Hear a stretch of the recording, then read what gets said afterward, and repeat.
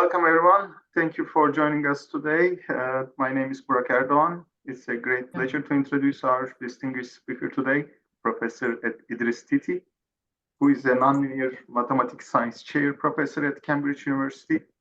He is also affiliated with Texas A&M University and the Weizmann Institute. He earned his PhD from Indiana University in 1986. His advisor was the renowned mathematician Cipriano Foyas. He has major contributions in nonlinear PDEs, fluid mechanics, and dynamical systems, which have been recognized by many awards and fellowships, including the Humboldt Research Award and the prestigious Guggenheim Fellowship. He is also a fellow of AMS and SIAM. The title of his talk today is Recent Advances Concerning the Navier-Stokes and Euler Equations. Thank you. Well, thank you, Burak, for the nice introduction. Thank you all for the invitation. I really miss my friends in Turkey and in Istanbul. So, well, what can we do? Life is, we are really living very interesting times. Let's put it this way. All right, so let me start with my talk.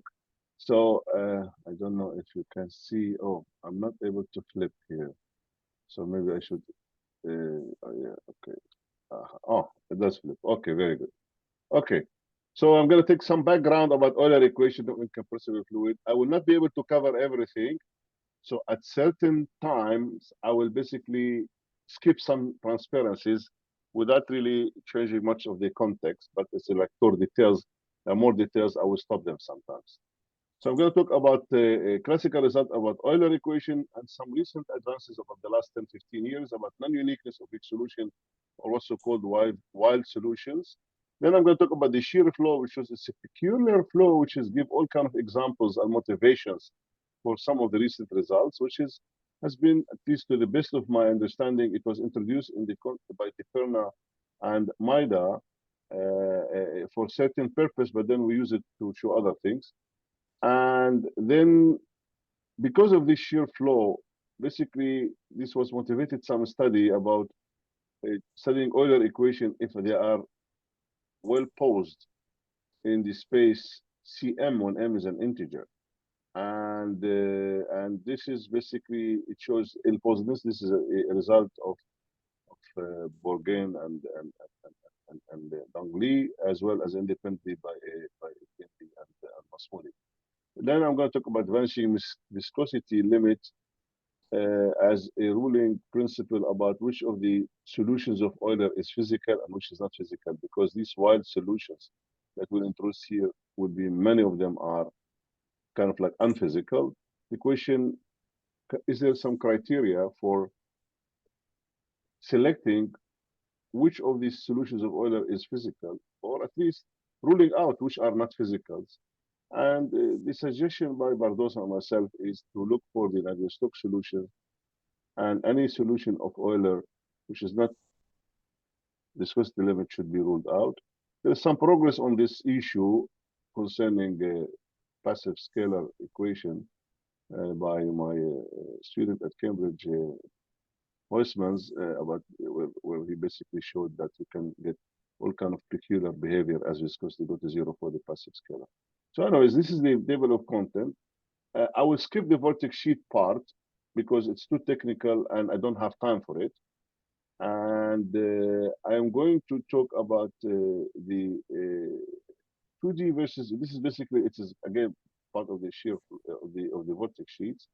Then I'm going to talk a little bit about the numerical investigation that people have been doing recently in order to show singularity of Euler equation, but especially by the group of recent years by the group of Tom Howe.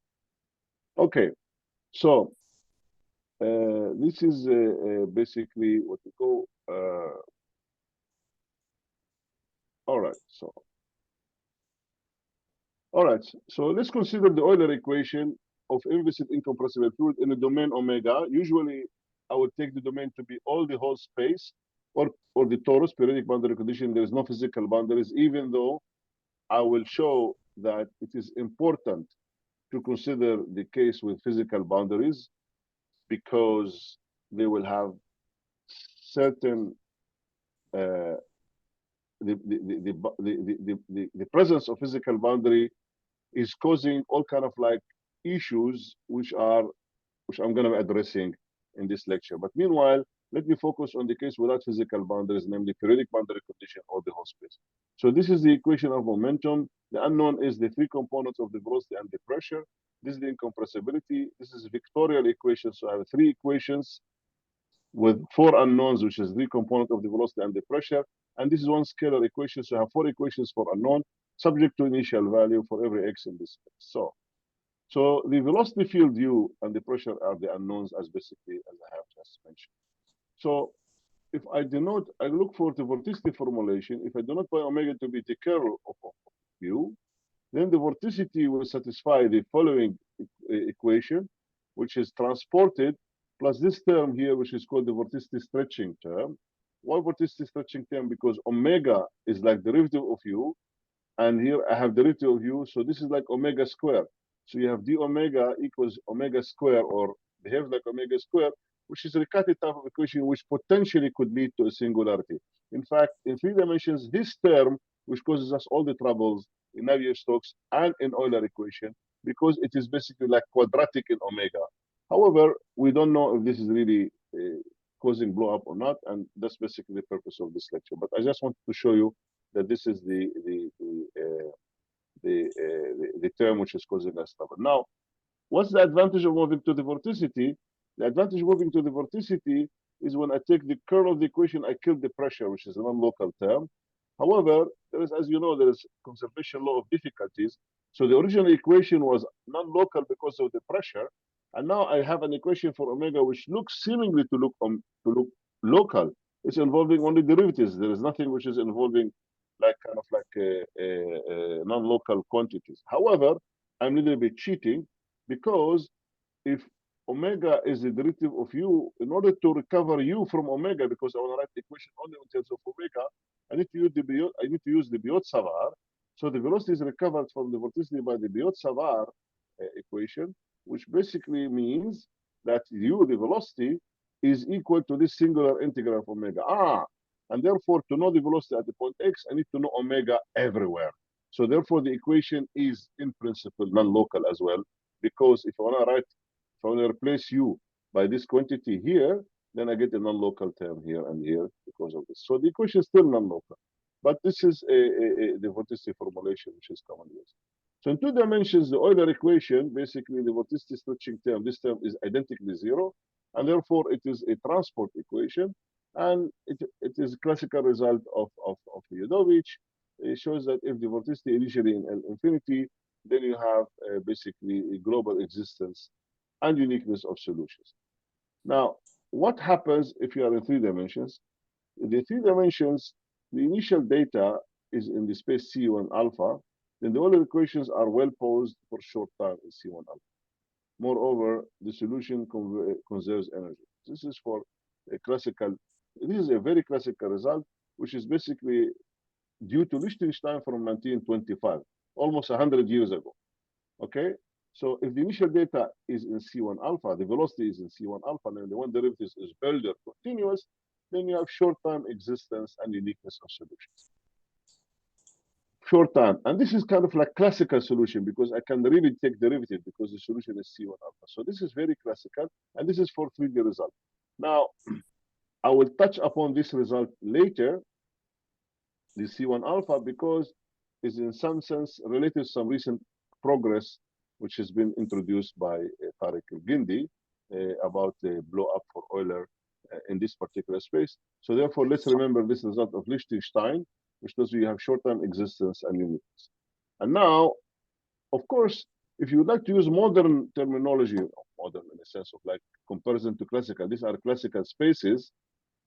Okay, if you like to use the spaces terminology of like the Sobolev spaces, say the space HS when S bigger than 5/2, the same result, namely short-term existence, was established many years ago by Eben and Marsden, and then in the presence of boundaries, etc., has been established by Kato and Nye. There's some work of Timam, and so on and so forth. So, in other words, this result, there's an equivalent of it in the context of Sobolev spaces, and one can see from the Sobolev embedding theorem, if the function is in the space HS when S bigger than 5 halves, the self-limiting theorem implies that HS is inside the space C1 alpha. And therefore, if you want, the two results in principle are the same. I need smooth initial data. Therefore, I can show existence and uniqueness in this particular smooth space HS when S bigger than 5 over. Okay, so now these are basically the classical. The question is, does there exist a regular solution, say in C1 alpha, of the 3D Euler equation that becomes singular in finite time? Because the result here of Liechtenstein showed we have short-time existence. And the answer to this question is yes, recently has been done, but under some restrictions, okay? So the answer, and this is only recently by Tariq al-Gindi, and then also later joined by Nader Masmoudi and Tajuddin al-Ghul.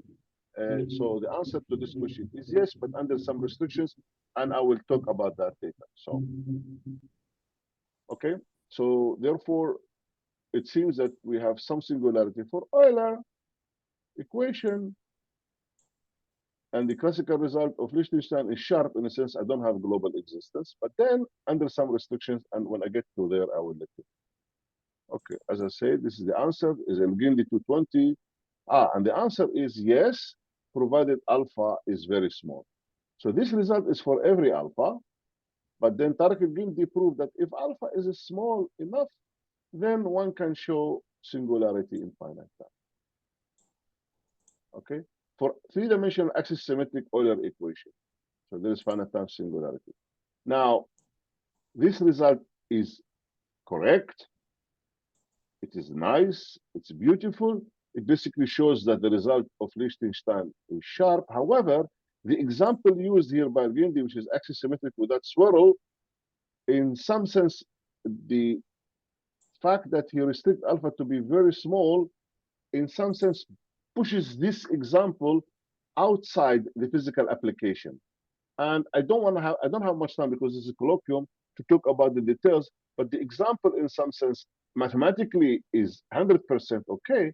However, this particular flow, in order to make sense physically, because the vorticity is transported, then the functions should be like almost C11, like Lipschitz. Otherwise, it is not transported and does not make sense physically. So, in summary, the example is counterexample, namely you have short-term existence and uniqueness for Liechtenstein, and this is sharp, and this is the result of Tariq al-Gindi, which is, as I said, later joined by Masmoudi and al-Ghul in order to show similar result, but for finite energy, because his first proof was an infinite energy in the whole space, and then they do some truncation to show the same result with finite energy. Okay. So now there are similar results in 220 by numerical results, actually, similar numerical results, 3D, axis-symmetric Euler equation in a cylinder, but with physical boundaries, and this is computational result by Chen and Hao, and they have shown that the singularity, numerically, singularity formed in axis-symmetric flows at the boundary. Now you start seeing the effect of the boundary, because at the very beginning I said, I don't want to take the boundary into consideration. The result of al-Gindi was in the whole space, and then it says the whole space, namely without boundaries, but the numerical result where they saw the first evidence of some kind of numerics where the singularity is at the boundary for the Euler equation axis symmetric, but with the swirl, not without swirl, unlike al-Gindi's result. And again, I will touch upon recent progress also, which is provided by Tom. So now, let me look for some blow-up criterion for Euler equation. So if I look at this transport equation, theta is transported by the velocity field. So if using the characteristic method, so theta is transported by the velocity field used. So using the characteristic method, basically we know that if you have two characteristic lines, which is the x dt equals u, then we know that the ODE has existence and uniqueness, namely two characteristics never meet, if u is Lipschitz. So how this basically says the solution remains regular over interval 0 to provided u is Lipschitz, because the characteristic, because from ODE theory, the x dt equals u as existence uniqueness if u is Lipschitz.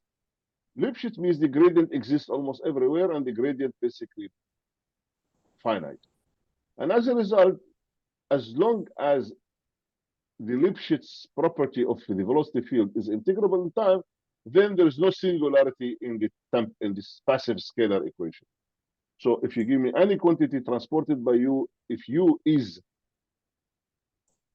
Lipschitz and the Lipschitz constant satisfying this integrability, namely the grant of u in L infinity is integrable, then I don't have singularity in this particular equation of the transport equation. Now, why I look to this example? Because if I look to the equation for the vorticity, I think about theta, one of the component of the vorticity. So I have the first component, the second component, the third component. And therefore, this is exactly transporting the vorticity, transported component by component. So if I have 0 on the right-hand side, and if the gradient of u in L infinity integrable, then the vorticity remains nice and beautiful because it's transported. So as long as the gradient of u is bounded in L infinity, you are fine. Now you say, I'm transported, so omega does not change its value. Yeah. However, I have a right-hand side, which is the source. So omega is basically magnified by this quantity. Oh, but I'm assuming that the maximum of this quantity is integrable. And therefore, it is transported plus something magnified by this quantity. So this criteria tells you that omega could never really blow up in finite time. So this is a very trivial, because I showed to you in a minute or so why this criteria give you that the solution of Euler equation regular or remains regular as long as the gradient of u is an infinity integrable in time. This is a trivial criterion. However, this is a tensor because this is the Jacobi matrix, so it's a tensor, it's a matrix, and therefore this is like a quantity which is in some sense has 9 entries. However, because of the incompressibility, one can show some symmetries in here. However, now I'm going to move into the trivial theorem. So the solution of the 3-dimensional Euler equation remains regular in the interval if and only if this quantity is finite. This is a trivial criteria, and there is nothing really deep about this particular thing. Okay. Now, let me mention a comment here. The nice thing about this criteria and the next criteria, which is even better than it, is that in order to check singularity for omega or for the velocity of the radius of the Euler, I don't need to check very high norm. I need to check only basic norm, the L infinity of the gradient of u, not like the 17 derivative or this. As long as this is finite, then all the derivative of u will remain finite. In fact, if the initial data is analytic, then the solution will remain analytic, provided this quantity. So therefore, this quantity controls all the higher norms. And now, if you would like to search for singularity, you need to track this quantity. As long as it is finite, then the solution remains under control. Sorry? There's question?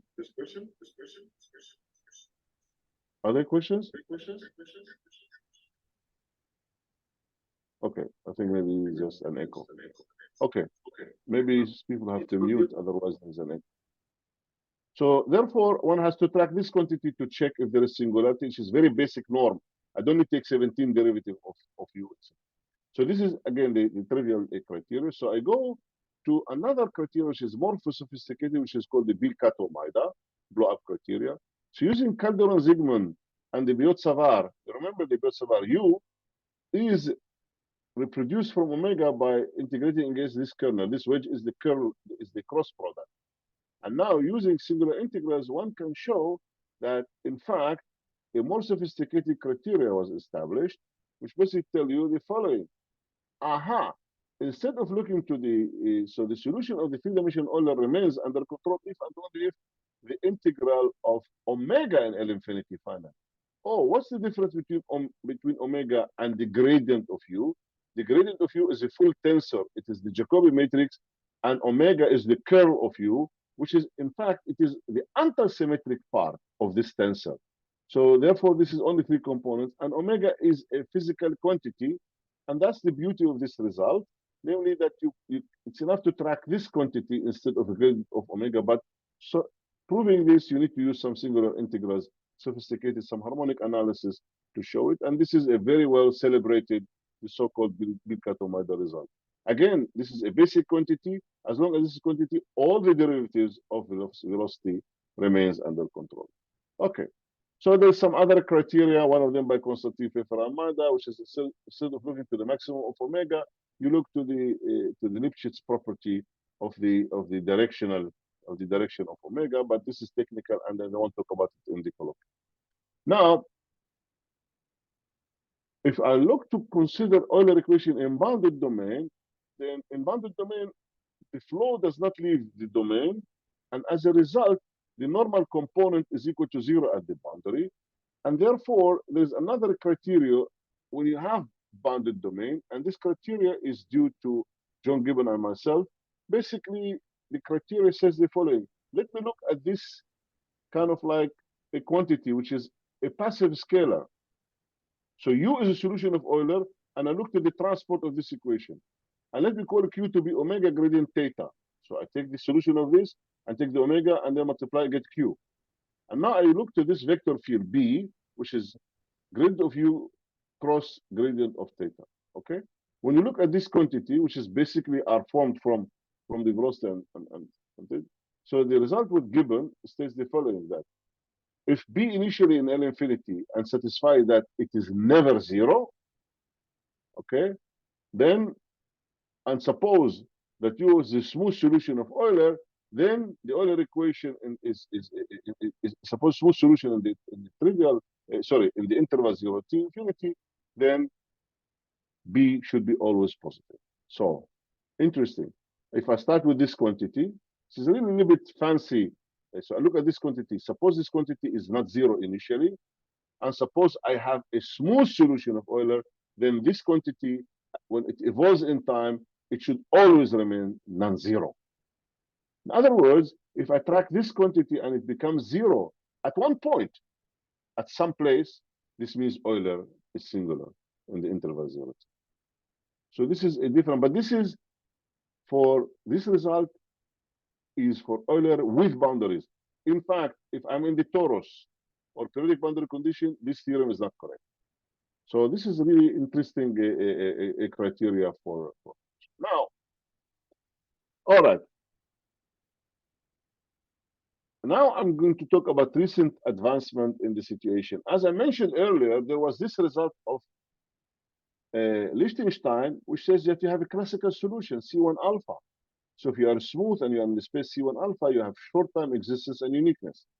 And now, for many years, since the work of Liechtenstein, all the scientists, many scientists, tried to construct weak solutions of Euler. And this was kind of like not possible until recent advances by De Lillis and Sikahidi, using some ideas from differential geometry, in particular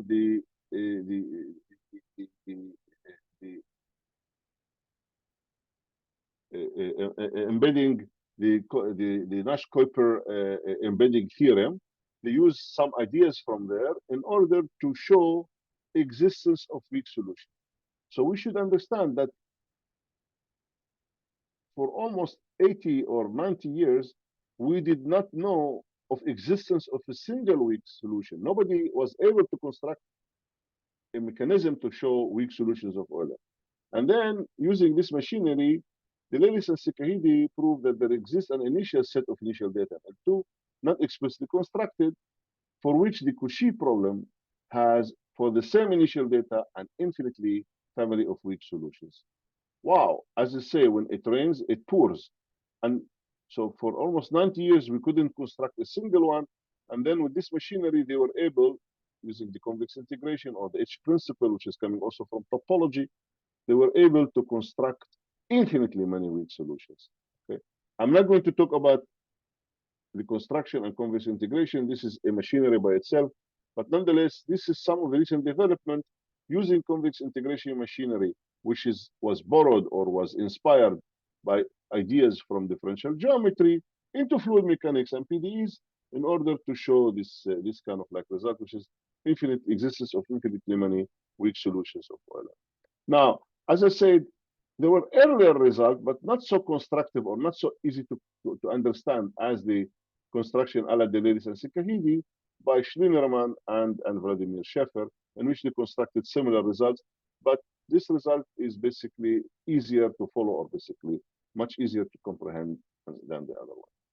And now the question is, what about the Cauchy problem? If I give you initial value, can you construct weak solution which is specifically for this, which is specifically related to this initial value? And this was a result of Emil Widman, who was a student of Sikahidi, and he proves there exists a family, non-uniqueness, of weak solutions to the Cauchy problem of Euler. This means you give me initial data, I have infinitely many weak solutions. What's interesting here about this result, that even if I start with initial data 0, we know that Euler equation 0 is a solution. But using the convex integration machinery, you can show there's infinitely many solutions corresponding to the initial value 0, which means I create energy from nothing. Because if the initial data is 0, the velocity is 0, there's no kinetic energy in the system. And then suddenly the solution becoming not 0, therefore there is kinetic energy in the system. So I create energy from nothing. This is already shows you that there are really solutions of the Euler equation in the sense of distribution. So they satisfy the mathematical criteria of what is a solution, yet many of these solutions are not physical because they violate some physical principle. You create energy from nothing. Okay, so now because they are not physical, one would need in some sense a way to select which one of these is physical and which one is not physical. So here is a ruling out criteria that was suggested by Claude Bardos and myself. The ruling out criteria is about wild solution, weak solution, in the absence of physical boundaries, let's say in periodic boundary condition. And the criteria says the following: any wild weak solution of Euler equation in domains without boundaries, like in the whole space or periodic boundary condition, that cannot be achieved as a vanishing viscosity limit of Leray-Hopf weak solutions of Navier-Stokes should be ruled out. Now, Navier-Stokes equation, which is I'm going to touch upon it in a minute, okay? It is basically Euler equation with viscosity. For Euler equation, we know short-term existence and uniqueness of strong solution, or if you want, of classical solution. And this is the equivalent of Liechtenstein result for Euler. However, already Leray in 1930s, okay, almost again a century ago, he was able to establish existence of weak solutions of Navier-Stokes equation, which we were not able to do that for Euler until basically the recent work of Deliris and Sikahidi from about 15 years ago. Now, the issue about Leray, he managed to construct weak solutions, but he couldn't show that these weak solutions are unique. And this is one of the major problems in the PDEs, in the context of Navier-Stokes. Are the weak solutions, Leray-Hopf weak solutions, are they unique? And again, I'm going to touch upon this question at a later time. So let me summarize. If you give me initial data, I can have infinitely many weak solutions of Euler. If you give me initial data for Leray-Hopf, I have weak solution, but I don't know if it's unique or not. And now I let the viscosity go to 0. Suppose I have limits. And suppose the solutions of Euler are not one of these limits, then they cannot be a physical solution. This is at least the criteria, and I will give you enough evidence to show you that this is in some sense a working criteria. I will give you enough evidence for that. Now, on the other hand, as I mentioned earlier, there is a work concerning the passive scalar equation with a vector field which is incompressible. So the inviscid one could have infinitely many weak solutions. However, when you add viscosity, one can show that as the viscosity goes to 0, you have different subsequences of viscosity can converge to different weak solutions of the inviscid passive scalar equation. And this is some recent result by my student in Cambridge, Lucas Huysmans. And actually, some of these inviscid solutions are peculiar in the sense they are not physical.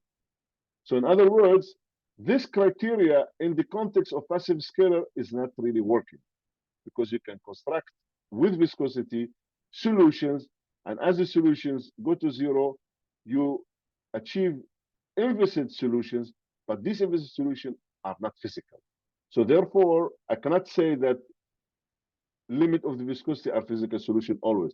But this is only for the passive scalar equation. And in the context of Navier-Stokes and Euler, there is more to be done. So let's say the following: this ruling out principle is still holding, or basically it's a conjecture or whatever, until somebody proves the equivalent of Huysmans' result for the Navier-Stokes and Euler equation. And there are some people working on that, maybe including Huysmans himself.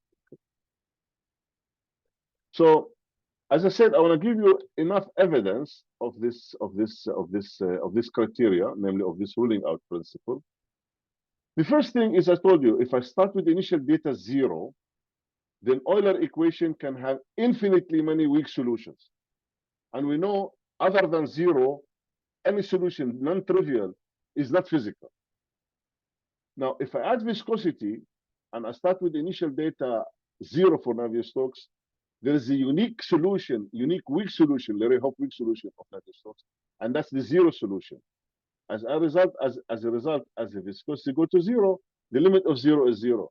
Therefore, from this infinite family of wild solutions constructed by Delilis and Sikahili with initial data 0, all of them are not limit of Leray-Hopf as viscosity go to 0, except 0. Therefore, all of them, all this big zoo of solutions are ruled out based on this, and the only one survives is the 0, which is natural because this is the one that does not create energy. So this is at least some evidence that maybe there is some merit for this ruling out. Now let me take another result, which is due to Bardos, Lopez, Fellow, Nussenzweig, Lopez, and you. And the result is the following: if you take initial data U0, function of xy only, and I'm looking for Euler equation, say in periodic domain. So suppose I have a periodic cube, but I take initial data independent of z. Then the weak solutions of the 3D Euler, okay, might become function of x, y, z. This is peculiar.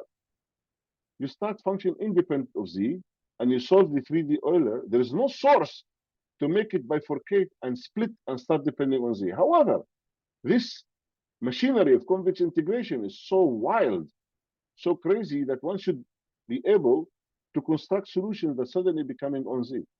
And we know that this is not physical in some sense, but this is for Euler equation. Now, similarly, I can start axis symmetric or helical, and then one can show if the initial data start like that, it can becoming not axis symmetric or helical. You break the symmetry. So one can construct weak solution of the Euler that might break this particular symmetry. Again, this is weird, but that's what happens in using this convex integration machinery. So there's so many peculiarity about it, and that's why it necessitates some kind of selection mechanism or ruling out mechanism about which one of them physical, which is not.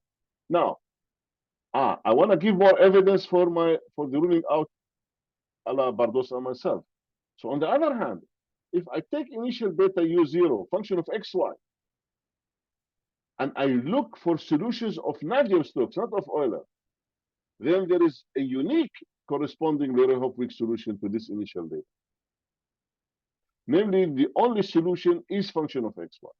Moreover, this solution remains function of xy. Wow! So if I start with initial data function of xy and solve Euler, I can construct weak solutions which becoming xyz, but Leray-Hopf weak solutions of Navier-Stokes, they remain function of xy. And because they remain function of xy, as viscosity go to 0, you get a limit which is only a function of xy. And therefore, all these solutions which break the symmetry should be ruled out based on this principle. And similarly with the axis symmetric case and with the helical case. Because if you start axis symmetric and you had viscosity, then you remain axis symmetric. So this is basically, as I said, the ruling out mechanism or the ruling out principle, which is have a couple of evidence to support it, but in the context of passive scalar, it has been shown that it's not really working, and this is recent work of the Huysmans, but in the context of Euler Navier-Stokes, the verdict is still out there, and we don't know what's happening. Now, Navier-Stokes, as I said, Lerehov solutions, we don't know if they are unique. So Leray constructed these weak solutions which satisfy energy inequality, and we don't know if they are unique or not unique.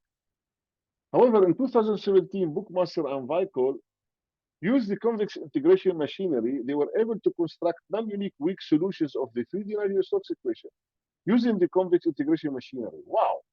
It means they constructed weak solutions of Navier-Stokes which are not unique.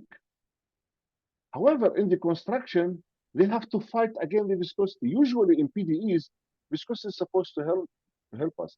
So in other words, what they look here, they look at Euler and think about the viscosity as a perturbation term, which is your enemy.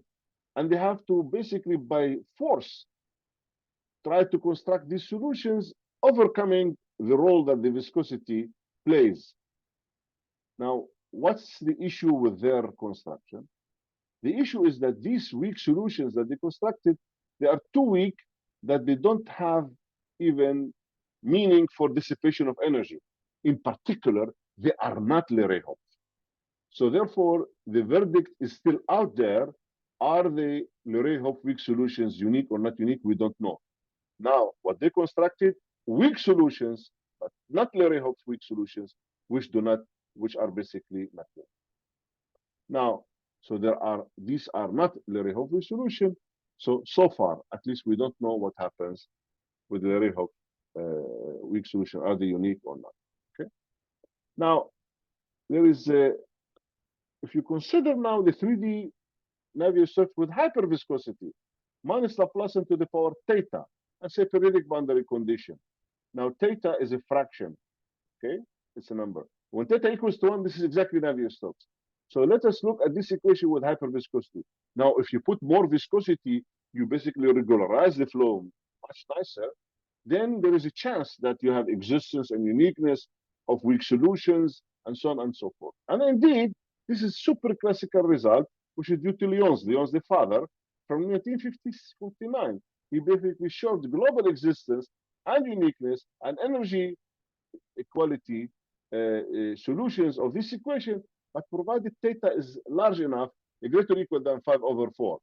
For Navier-Stokes, theta has to be 1. So therefore, theta bigger than 4 is excluding Navier-Stokes. So for this equation, there is unique weak solutions which conserve the energy, have energy equality, and so on and so on. Okay? This is the result of Leray. Now, the question is the following. You have uniqueness of weak solutions. So what happens if theta is slightly less than 5/4? I mean, following this, we don't know if you have uniqueness of weak solutions. We don't know. And therefore, now, Luo and myself, following the construction of Bookmaster and Weichel, okay, following this, for the Navier-Stokes, we really went here into this hyperviscous equation for theta less than 5/4 and constructed for all theta, no matter what, less than 5/4, constructed non-unique weak solutions for the 3D hyperviscous Navier-Stokes equation. Oh, this means that if theta less than 5/4, one can construct weak solutions which are not unique, but of course they don't conserve energy or they don't satisfy the energy inequality, so they are not Lerehov type of equations. So this is following the or extending the Bookmaster Weichel procedure, but for larger theta than 1, because they constructed for theta equals to 1, we constructed this for theta less than 5/4. So what this result tells us? This result tells us the following. First of all, the sharpness of the convex integration machinery, namely that I can push the convex integration machinery all the way to the limit at the same time the sharpness of Lyon's result, namely theta is bigger than 5/4 is sharp, because if I'm less than 5/4, I can construct weak solutions which are not unique. Okay, so this is basically some of the results. Now I'm going to talk about recent, really, from 2022, recent result about forced Leray-Hopf weak solutions of the three Navier-Stokes equation. This is a recent result by this group, which they constructed non-unique Leray-Hopf. Now Leray-Hopf weak solutions of the 3D Navier-Stokes equation, but with time-dependent force. Okay, let's wait a minute. So if you don't have time-dependent force, nobody knows until now how to construct unique or non-unique result about Leray-Hopf weak solution. However, these people, they looked for the Navier-Stokes with forcing, and the forcing time-dependent, and they were able to construct Leray-Hopf weak solutions, which are not unique. However, the construction relies heavily on the structure of the force. In particular, the non-uniqueness is due to some peculiarity of the forcing at time t equal to 0. Is in some sense forcing the solutions to split at time t equals to 0, the forcing externally as a right-hand side, and hence they establish the non-uniqueness. However, one never knows if one should be able to prove such a result eventually without forcing. Now, have I mentioned that?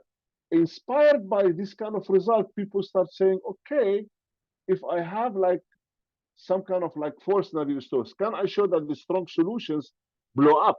There is a recent result by a group in Spain, by Cordova and company, in which they basically show that you can take Navier-Stokes, initial data very smooth, a forcing which is very nice, depending on time, for which for short time, you can prove existence and uniqueness of classical solution.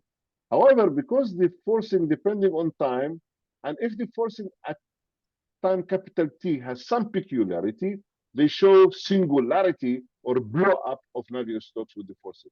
Again, in my opinion, these kind of results are a manifestation or basically have been forced by the external force to happen. Okay? It's a progress. It's interesting. There's a lot of beautiful mathematics, but again, there's some work still to be done to understand what's happening with this particular. Now I'm going to move and talk about some other progress concerning what's called the Onsager conjecture of the Onsager conjecture. So the Onsager conjecture states the following. Onsager was a physicist or chemist or whatever you want to call him. He realized the following. Based on experimental data, people have shown that when the viscosity in fluid becoming smaller and smaller and smaller, the amount of dissipation of energy does not go to 0. In some sense, this is an indication that there is some kind, at the limit as viscosity goes to 0, some mechanism that dissipates energy. And this is due to the roughness of the solution when the viscosity is small or when Reynolds number is very large, namely when we have highly turbulent flow. So based on experimental data, highly turbulent flow, the amount of dissipation of energy, even as viscosity goes to 0, remains positive, so it does not go to 0. And therefore, Onsager asked the question, says, wait a minute, turbulent flow, which are not very smooth, should be, do not dissipate, do not conserve energy. Then how smooth should be the solution to conserve the energy?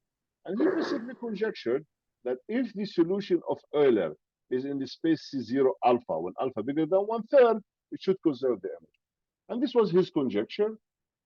And the first, and then this is which has been proved by Peter Constantine, Bonan A, and myself already in 1994. And now let me talk a little bit about this particular, this result. So he conjectured it and has been proven in 1994. Let me wait a minute here. let's just basically wait for a minute. We says let U be a weak solution of Euler equation, which is belong to this space, then it must conserve the energy. 1994. I didn't know of existence of such weak solutions. Remember, I just told you that only now with the convex integration machinery, we were able to construct weak solution. The only result we had is Liechtenstein, C1 alpha, or Eben and Marsden, which is HSS bigger than. So therefore, the existence of these weak solutions, we didn't know them. Yet, if we assume they exist, we were able to show that they conserve the energy. I'm just basically pointing out how basically sometimes you need to prove, you need to assume existence of such an object, which is could not maybe exist. But now we know they exist. Now, Pardos and myself, we were able to extend this result for Euler equation in domains with physical boundaries, showing exactly the same result. So therefore, the not only in this is there is not only in R3, but this is even with the boundaries. So if you are smooth enough, then the boundary does not really affect, and therefore the result is correct.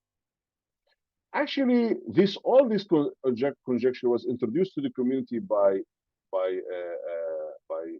Greg Eng, 1994, in around the same time, in which he basically was able to prove the conjecture, but in a smaller space than C0 alpha. He needs to be a little bit more restrictive, but the index is similar, and it is spaces which are smaller than Z1 alpha, and they are kind of like stronger topology. So it was not exactly what Onsager conjectured, a little bit stronger, but the flavor and the principles were there. So Greg Eng was the person who introduced this into us.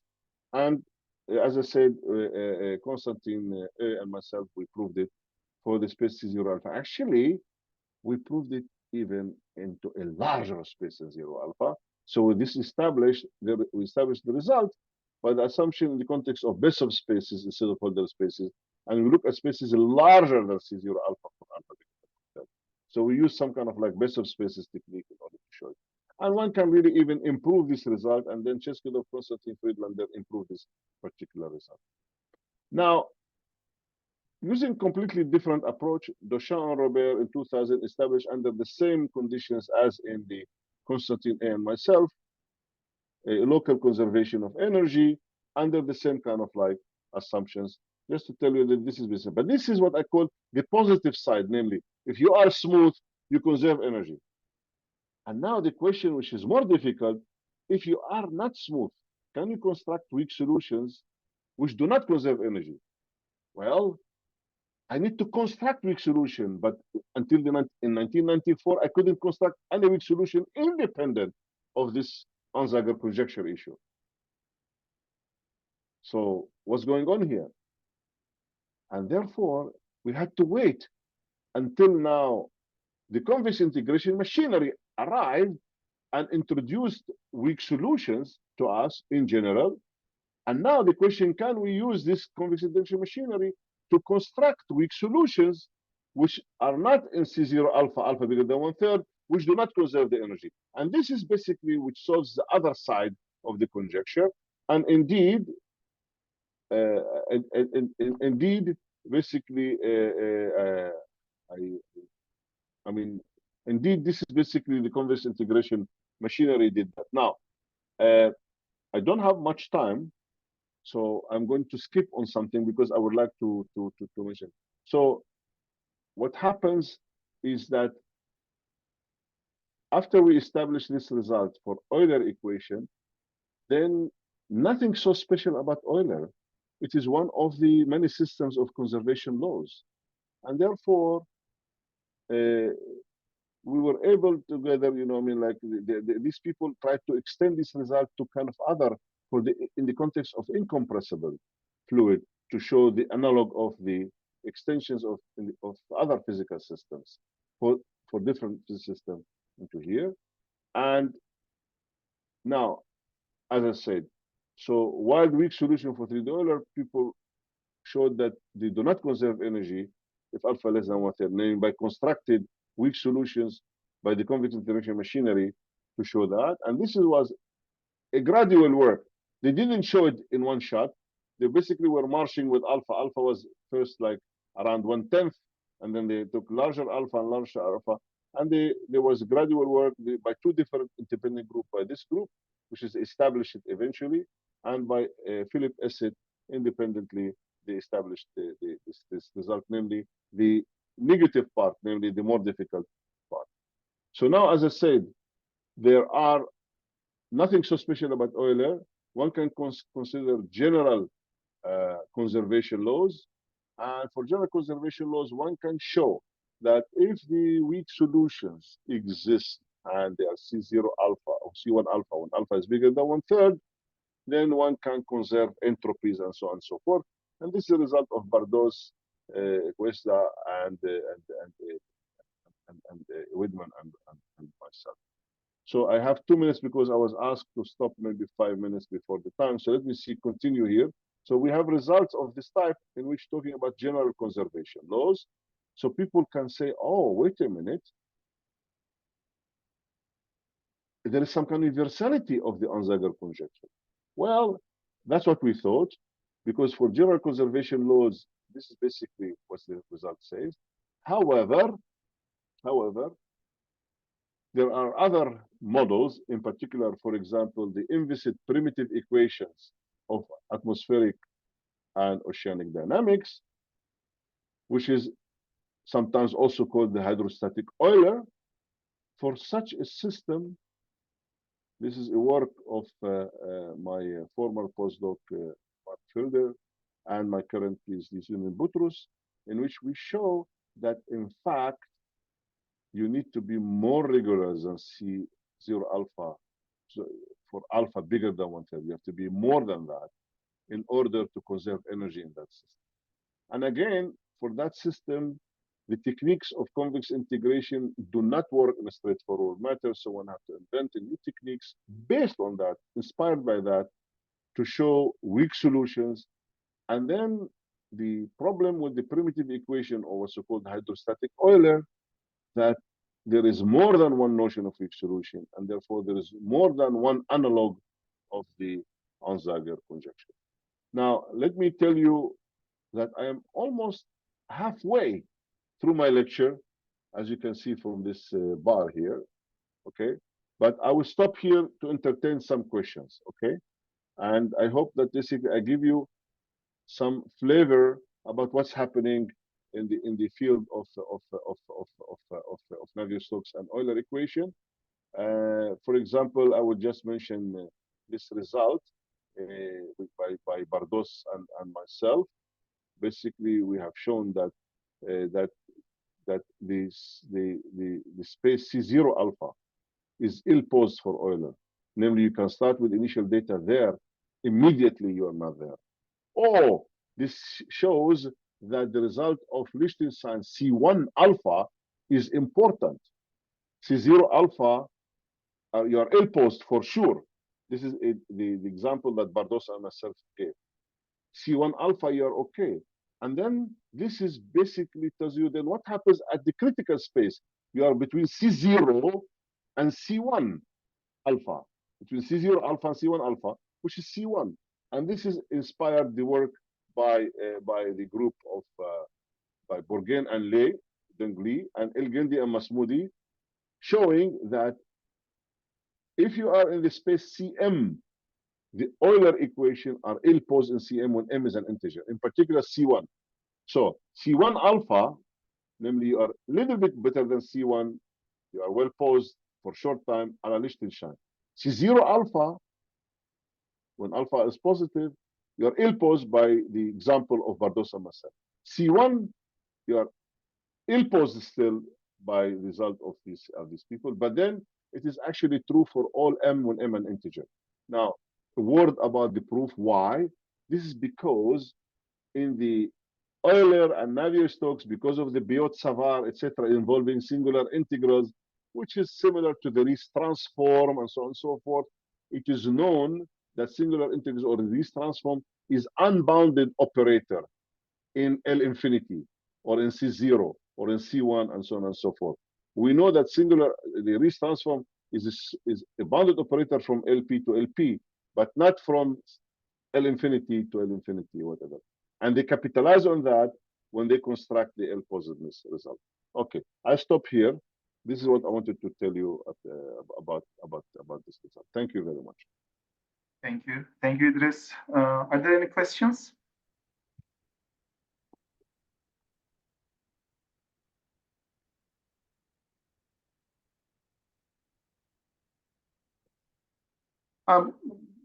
I missed something probably.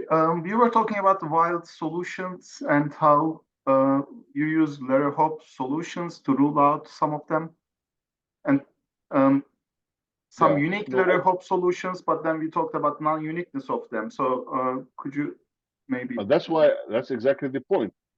I basically showed that Lerner-Hoppe are unique in the following, not only not unique. For example, if you start with initial data 0, the only solution Lerner-Hoppe is 0, and therefore the limit of 0 is 0. And all the wild solutions other than 0 should be ruled out. Because they basically create energy from 0, which is not possible. So this is basically an evidence that the ruling out criteria is working, because it ruled out non-physical situations. Another example, if I start with initial data in the cube in 3 dimensions, function of x, y, one can construct infinitely many weak solutions of Euler, which function of x, y, and z, they bifurcate. And this is not physical, like you suddenly, you start function of 2 variables, you become function of 3 variables. Now, if I start with the same initial data for Lerner-Hoppe, for Navier-Stokes, I showed that there is a unique weak solution of Lerner-Hoppe in this case. I see. So this initial data, which is a function of x, y. I see.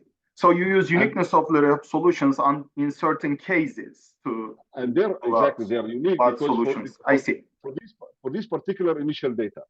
I see. And therefore, by the way, this result was since you asked the question, let me tell you, this result is interesting because it has been overlooked by the mathematical community for decades.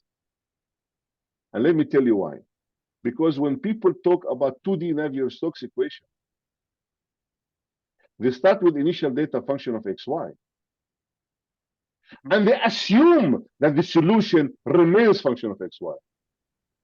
And then we prove existence and uniqueness and ansatz. But if I start with weak solutions of Navier-Stokes 3D, with initial data in the cube, in the periodic cube, function of xy only, independent of z, I don't have uniqueness of Lerner-Hoppe weak solution for any, but we proved that the only solution with this initial data is function of xy. And this result saved the community, saved the pride of the community, that the answers that they put is really working. And now when you let the viscosity go to 0, the result should be function of xy. This means any weak solutions of Euler with initial data function of xy, which is becoming function of x, y, and z, should be ruled out. Maybe still I have non-uniqueness of xy solutions. But all the x, y, z solutions should be ruled out. May I ask a question? Yes, Varga. Edriss, can you come back to your slide with hyperviscous Navier-Stokes equations? Hyperviscous? Yes, where you spoke about non-uniqueness of solution of hyperviscous when theta is lesser than 5/4. Yes, this is the result of Lyon's, and then we basically. Yeah. Okay, 1 second. I'm almost there. Aha, here it is. You know, if theta is less than 5/4, then theta might be 1, 2. Yes. And you prove the non-uniqueness for Navier-Stokes equations? Well, of solutions which are not Lerner-Hoppe. This is the result of this gap of Master and Vico. They constructed non-unique of weak solutions of Navier-Stokes. But these solutions are not Lerner-Hoppe. I see. This is the whole thing. They don't satisfy energy inequality. But what about the so if it is less than non-Leray-Hopf, but what about the Leray-Hopf? Is it something known about Leray-Hopf when theta is less than 5/4? We don't know if they are unique or not. No results. No results. Okay, thank you. Yeah, and that's why basically there's no results so far. Now, of course, one can really follow what these people are doing, and you take this equation here and add the forcing, and then if the forcing is peculiar at time 0, you can show maybe non-uniqueness Leray-Hopf for the theta less than 5/4. But this is, as I said, it is in some sense by force. Okay. Thank you. You're welcome. Yeah, so the verdict is we have non-uniqueness of weak solutions of Navier-Stokes, but not the conjecture or the problem, the challenging problem. We need to look for solutions, not only that they are weak, but they satisfy the energy inequality. Yeah. Because these are the physical ones. I need to make sense of the energy and the dissipation of energy through the viscosity. And these are the Leray-Hopf. The solutions that constructed by Bookmaster and Weichel, they are not even in H1. They are weak solutions in the sense of distribution. They're not H1. Therefore, I cannot make sense of the dissipation of energy, namely the integral of the gradient of U in L2. I don't know how to do that. They cannot make sense of it. And that's why they are so weak that basically they are sort of like not physical, because these solutions, one cannot make sense of viscous dissipation.